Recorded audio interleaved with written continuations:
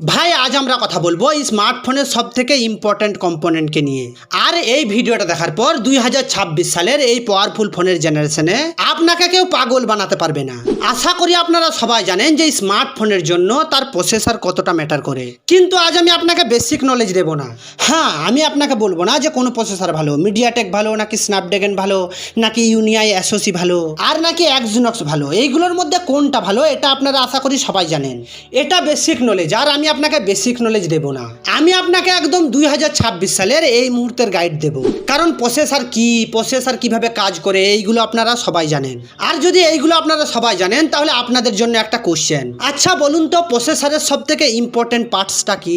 বলুন তো প্রসেসর কতটা ফাস্ট হবে এটা আপনি কিভাবে বুঝবেন? উত্তরটা যদি আপনি জানেন তাহলে আপনি কমেন্ট বক্সে লিখুন, আর যদি না জানেন তাহলে শুনুন যে সেটা হচ্ছে ন্যানোমিটার। আর এই ন্যানোমিটার যত কম হবে তত আপনার প্রসেসর ফাস্ট হবে। কিন্তু এখানে অনেক ইম্পর্ট্যান্ট একটা কথা হচ্ছে যে সমস্ত 4 ন্যানোমিটারের প্রসেসর, সমস্ত 6 ন্যানোমিটারের প্রসেসর সেম পাওয়ারফুল হয় না। হ্যাঁ, সেম পাওয়ার এফিসিয়েন্ট হয় না। উদাহরণস্বরূপ আপনি একটা নতুন ফোন কিনতে গিয়েছেন আর দেখলেন যে তার যে প্রসেসর মানে এসওসি সেটাকে 4 ন্যানোমিটারে বানানো হয়েছে, কিন্তু ওই 4 ন্যানোমিটারটা কে বানিয়েছে এটাই এই 2026 সালে সব থেকে ইম্পর্টেন্ট বিষয়। ওই 4 ন্যানোমিটারটা কি স্যামসাং বানিয়েছে নাকি টিএসএমসি বানিয়েছে? যদি ওই 4 ন্যানোমিটারটা স্যামসাং বানিয়েছে তাহলে সেটা খুবই হট হবে এবং সেটা খুব একটা পাওয়ারফুল হবে না। আর যদি সেটাকে টিএসএমসি বানিয়েছে তাহলে সেটা খুব পাওয়ারফুল হবে এবং সেটা খুবই পাওয়ার এফিসিয়েন্ট হবে। শুনুন, আজকের দিনে এই 2026 সালে দাঁড়িয়ে প্রসেসরের নাম এবং প্রসেসরের নম্বর ম্যাটার করে না, সব থেকে বেশি ম্যাটার করে যে প্রসেসরটা কে বানিয়েছে। টিএসএমসি বানিয়েছে নাকি স্যামসাং বানিয়েছে, প্রসেসরটা কে বানিয়েছে। আর আপনাকে বলি আপনি কোনটা নেবেন? আপনি নেবেন টিএসএমসি, যেটা সব থেকে বেশি পাওয়ারফুল। আর একটা কথা, যে প্রসেসরকে অনেক কম ন্যানোমিটারে নিয়ে যাওয়ার কম্পিটিশন চলছে, কারণ তার ন্যানোমিটার যত কম হবে সে ততই পাওয়ারফুল হবে, মানে ও ব্যাটারি কম খাবে এবং পাওয়ারফুল পারফরমেন্স দেবে। আর এখন আমরা 2026 সালের এই মুহূর্তে একদম 2 ন্যানোমিটারে চলে এসেছি। বর্তমান সময়ে 2 ন্যানোমিটার, 3 ন্যানোমিটার যেগুলো অনেক হাই এন্ড ফোনের মধ্যে দেখা যাচ্ছে। আর সব থেকে ইম্পর্টেন্ট হচ্ছে এটা যে 2 ন্যানোমিটার শুধুমাত্র 15% ফাস্ট 3 ন্যানোমিটারের থেকে। হ্যাঁ, শুধুমাত্র 15% ফাস্ট চলবে, খুব একটা পার্থক্য নেই। কিন্তু 2 ন্যানোমিটার 3 ন্যানোমিটারের থেকে 25% ব্যাটারি কম খাবে, যেটা অনেক বড় একটা নাম্বার। আর আপনি এখানে এটা বুঝে নিতে পারেন যে যখনই ন্যানোমিটার কম হবে পারফরমেন্সের তো খুব একটা ডিফারেন্স থাকবে না, কিন্তু চার্জে মানে পাওয়ারে অনেক বড় একটা পার্থক্য থাকবে। ওই জন্যই আপনি দেখে থাকবেন যে ফ্ল্যাগশিপ স্মার্টফোনগুলোতে বেশিক্ষণ চার্জ দেয়, কিন্তু আপনি তখন এটা মনে করেন যে এখানে ব্যাটারি টেকনোলজি কাজ করে, কিন্তু এটা না। সোজা কথা হচ্ছে যে প্রসেসর যত কম ন্যানোমিটারে যাবে তত ব্যাটারি কম খাবে এবং ততটাই পাওয়ারফুল পারফরমেন্স দেবে। আর আপনাকে বলি, আপনি যদি একটু বেশি টাকা লাগিয়ে আপনি আপনার মনের মতো ফোন কিনতে চান তাহলে আপনাকে বলি 3 ন্যানোমিটার 4 ন্যানোমিটার পর্যন্ত অ্যাকসেপ্টেবল। এর থেকে বেশি 6 ন্যানোমিটার 7 ন্যানোমিটারে যাবেন না, কারণ সেটা অনেক পুরনো টেকনোলজি। এমন প্রসেসর এই 2026 সালে পারফরমেন্স দেখাতে পারবে না। তাহলে সম্পূর্ণভাবে আপনি আমার কথাটা বুঝলেন তো, যে আপনি যদি ফোনের মধ্যে একটু বেশি টাকা লাগাতে চান তাহলে সবার প্রথম আপনি এটাই দেখবেন যে প্রসেসর কত ন্যানোমিটার এবং প্রসেসরটাকে কে বানিয়েছে। নেক্সট 2026 সালের এই জেনারেশনে সিপিইউ এবং জিপিইউ এতটাও ইম্পর্টেন্ট না। থার্ড নাম্বার, এর থেকেও বেশি ইম্পর্টেন্ট ফ্যাক্টর চলে এসছে, যেটা আপনি এই 2026 সালে দাঁড়িয়ে খুব ভালোভাবে দেখে নেবেন, যেটা হচ্ছে এনপিইউ, নিউরাল প্রসেসিং ইউনিট। শুনুন, আপনাকে একটু পিছিয়ে গিয়ে বলি তো, আমরা আগে ফোনের মধ্যে প্রসেসর দেখতাম যে ফোনটার মধ্যে কোন প্রসেসর আছে, স্ন্যাপড্রাগনের আছে নাকি মিডিয়াটেকের আছে। ক্লিয়ার ভাবে শুনুন, প্রসেসর হচ্ছে পারফরমেন্সের জন্য এবং জিপিইউ হচ্ছে গেম চালানোর জন্য। আর এখন চলে এসছে এনপিইউ, নিউরাল প্রসেসিং ইউনিট, যেটা আপনার ফোনে অফলাইন এআই চালাবে, যেটা এই 2026 সালে সব থেকে বেশি ইম্পর্টেন্ট ফ্যাক্টর। তো এটা আপনাকে দেখতেই হবে যে এনপিইউ ফোনের মধ্যে আছে না নেই, আর সেটা সফটওয়্যার বেস নাকি হার্ডওয়্যার বেস। অনেক সময় এআই এর যে প্রসেসিং সেটা সিপিইউ এর মধ্যে হয়, সেটা খুব ভালো পারফরমেন্স করে না। তো এনপিইউ হওয়া অনেক ইম্পর্টেন্ট। আর এই এনপিইউ হলে কি হবে বলুন তো, আপনার ফোনের যে ক্যামেরা সেটাতে শাটার লেগ থাকবে না। আর এটা তো আপনাকে মানতেই হবে যে আজকের দিনের যে ফোনগুলো তার ক্যামেরার জন্য যতটা কাজ লেন্স করে তার থেকে অনেক বেশি কাজ এআই করে। হ্যাঁ, আপনি আজকের দিনের ফোনগুলোর ক্যামেরার মধ্যে এআই সরিয়ে দিন, তারপর একটা নিজের ছবি তুলে দেখুন, নিজের ছবি নিজেই লজ্জায় দেখতে পারবেন না। একদম তেমন ছবি আসবে যেমন 2010 সালে আসতো। আপনি আমার কথা বিশ্বাস করুন, সমস্ত খেলা এআই এর। ফটো নেওয়ার পর ফটোটাকে পালিশ করা, বুকে effects, blur effects, camera features যত কিছু আছে সব কিছুতেই এআই কাজ করছে। টাইপ ট্রান্সলেট করছেন, সার্কেল টু সার্চ করছেন, এমনকি কল ট্রান্সলেশন করছে, সেটাও অফলাইন এআই চলছে। জেমিনাই, ন্যানো ব্যানানা, এখনো তো আবার গুগলের অফলাইন এআই আসছে।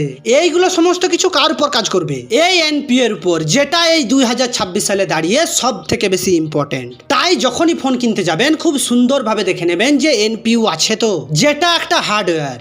যদি এনপিইউ থাকে তাহলে আপনার ডিভাইসে এআই খুব সুন্দরভাবে সব কিছুকে প্রসেস করবে।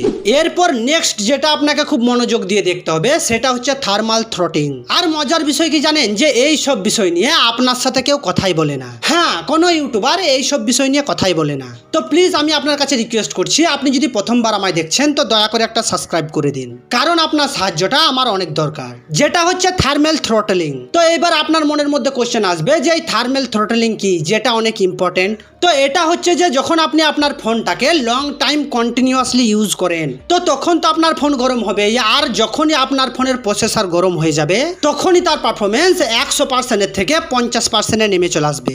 মানে আপনার প্রসেসরের পারফরমেন্স একদম অর্ধেক হয়ে যাবে। শুনুন, প্রসেসর হচ্ছে এমন একটা কম্পোনেন্ট যেটা কম্পিউটারেরই হোক অথবা মোবাইলেরই হোক, গরম হয়ে গেলে মানে হিট হচ্ছে তার সব থেকে বড় শত্রু। তো যে প্রসেসর যত বেশি গরম হবে সে ব্যাটারি বেশি কনজিউম করবে এবং তার পারফরমেন্সও ডাউন হয়ে যাবে। তো আমার সোজা কথা, একটা ফোনের মধ্যে যদি আপনি 2 মিনিট গেম খেলেন তাহলে তো সে ফাস্ট চলবেই, আর যদি আপনি 2 ঘন্টা খেলেন তাহলে সে ল্যাগ করতে শুরু করে দেবে, কারণ সে গরম হতে শুরু করে দেবে। আর আমি আপনাকে বলি তো, আপনাকে AnTuTu বেঞ্চমার্ক স্কোর দেখিয়ে পাগল বানানো হয়, কারণ আপনি যখন ফোন কেনেন ওই রিভিউ দেখেই কেনেন, আর আপনাকে তারা ওখানে AnTuTu স্কোরই দেখায় যে এত হাজার, এত লাখ, এত কোটি।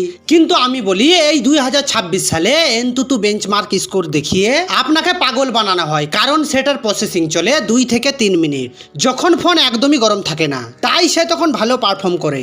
কিন্তু আপনাকে বলি, আপনি কি 2 থেকে 3 মিনিট গেম খেলেন? আরে ভাই, পাবজির একটা ম্যাচ 30 থেকে 35 মিনিট টাইম নেই, আর আপনি তো ঘন্টার পর ঘন্টা গেম খেলেই যান, আর আপনার ফোনের প্রসেসর সে ল্যাগ করবেই, কারণ ওই যে আপনি AnTuTu স্কোর দেখে ফোন কিনেছিলেন যেটা 2 থেকে 3 মিনিটের খেলা। তাই আপনাকে বলি যে আপনি মাথায় রাখবেন, রিয়েলিটির সাথে AnTuTu স্কোরের কোনো সম্পর্কই নেই। আপনাকে গেমিং ফোন নিতে হলে থার্মাল থ্রটিং দেখেই নিতে হবে। আপনি আপনার পছন্দের ইউটিউবারকে ফোর্স করুন যে ভাই 1 ঘন্টা গেম খেলার পর আপনি আমাকে AnTuTu স্কোর দেখান। এই জন্যই আপনি দেখে থাকবেন যে যারা টপ লেভেলের ইউটিউবার তারা ফোন লঞ্চ হওয়ার 1-2 মাস পর রিভিউ দেয়, যেটা অনেক বড় একটা ভ্যালিড পয়েন্ট। সত্যিই তো, আপনি ফোন লঞ্চ হওয়ার সাথে সাথে রিভিউ দিতে পারেন না, 1-2 মিনিটের AnTuTu স্কোর দেখিয়ে অডিয়েন্সদের পাগল বানাতে পারেন না। আর আমি আপনাকে বলি, আপনি যদি ফোনের উপর বেশি টাকা ইনভেস্ট করতে চান তাহলে একটা দামি ফোন লঞ্চ হওয়ার সাথে সাথে আপনি সেটাকে কিনে নেবেন না। আপনি ফোনটাকে নেওয়ার আগে টোটাল রিভিউ দেখুন, মানে কমপ্লিট রিভিউ দেখুন। আপনি 2-1 মাস টাইম নিন, আপনি ওই ফোনটার আসল চেহারাটা দেখুন, তারপর আপনি কিনবেন। নেক্সট আর একটা অনেক ইম্পর্টেন্ট টপিক এই 2026 সালে। আপনাকে বলি, ফোনের মধ্যে 2026 সালে ওয়েপার চেম্বার কুলিং থাকাটা অনেক দরকার। একটা দামি ফোনের মধ্যে যদি ওয়েপার চেম্বার কুলিং না থাকে তাহলে সেটাতে নর্মাল কুলিং থাকবে, আর যেটা হাই এন্ডস গেমের জন্য একদম পারফর্ম করবে না, কারণ আপনার কম্পিউটারের অথবা আপনার ফোনের প্রসেসরটা যতই শক্তিশালী হোক না কেন, যদি সেটাতে কুলিং মেকানিজম ভালো না থাকে তাহলে সে থ্রটলিং করবেই, সে কাজ করা বন্ধ করবেই। একদম বাস্তব কথা, পৃথিবীর সব থেকে শক্তিশালী প্রসেসরটাও যদি ঠান্ডা না থাকে তাহলে সে ভালোভাবে কাজ করবে না। তাই প্রসেসরকে কাজ করাতে হলে, প্রসেসরের পাওয়ার নিতে হলে তাকে ঠান্ডা রাখতেই হবে। সে যত ঠান্ডা থাকবে তত পাওয়ার দেবে। মাথায় রাখবেন, ফোনের মধ্যে ওয়েপার চেম্বার কুলিং রাখতে হবে। তো চলুন, আশা করি বুঝতে পেরেছেন কিছু পয়েন্ট যেগুলো অনেক ইম্পর্টেন্ট আমি আপনাদের সাথে শেয়ার করলাম। তো চলুন, আজ আমার হয়ে গেছে, বাকি দেখা হচ্ছে পরের ভিডিওতে। আপনি যদি প্রথমবার এসেছেন তো প্লিজ একটা সাবস্ক্রাইব করে যান। বাকি thank you so much for watching this video. Bye bye, take care.